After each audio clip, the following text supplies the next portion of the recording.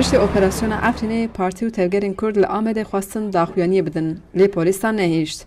Kongre Civaka Demokratîk KCD, Partiya Herêmên Demokratîk DBP û tevgerê jinên azad li avahiya HDP ji bo daxuyaniyek hatin bahev, lê polîsan nehîşt ku partî li derve daxuyaniyê bidin. Türkiye'nin batısında ediyorsun. Buranın neyi var söyle o zaman. Siyasetvanên Kurd anîn ziman ku daxuyanî mafek rewaya lê polîsan rewşa awarte weke hicet nîşanda û xwestin li hundirê avahiyê daxuyanî bidin. Lê partiyan daxuyaniyê betal kirin. Parlamenterê HDP Amedê İmam Taşçer jî di daxuyaniyê de amade bû. Wî hem operasyonê hem jî helwesta polîsan şermezar kir. Taşçıyer diyar kir, ev operasyon işgal û şer e. Gerek gelê Kurdê Tirkiye dijî ê Bakur dijî nexatirî bêdeng nemîne û helwestê xwe şanî bide bi rêyê demokratîk, bi rêyê biçarekiye demokratîk. Em wekî HDP em hemberî şerin, em hemberî kuştinê ne, em hemberî işgalê ne, em naxwazin kuştin û işgal û şer çêbibe û hele hem welat mervê me Kurd Afrinê hêr nû bûne xwe statûkî û statiya wan xerab bike wan qetil bikin.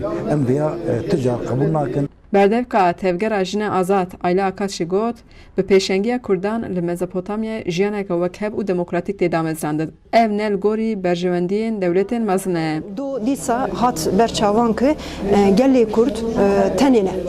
Yani devletên desthilatar aliyê de Amerika jî bibe, aliyê de Rusya jî bibe. Herkes çixarê xwe, menfaetê xwe diparêzî. Gelê Kurd jî ji bo azadiya xwe destê xwedanî hewdû her çar parçeyê Kurdistanê de dengê xwe kiriye yek. Welatiyên ku beşdarî daxuyaniyê jî bûn, li dijî operasyonê hezên xwe ji dengê Amerîkayê re parvekirin.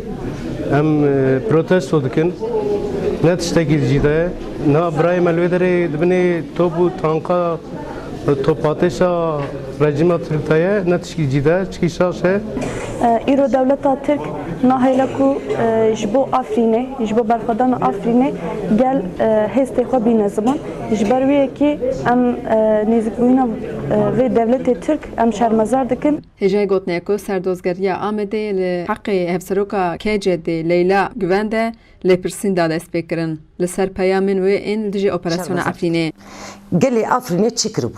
Çima êrişî gelê Afrînê dikin? Çima Her wisa dozgerî ragihand ku kî li ser medya civakî li dijî operasyona Efrînê peyamên propagandîv parve bike, êd heqê wan da jî lêpirsîn were dest pê kirin. Hacî Can Farxîn, Dengê Amerîka, Amed.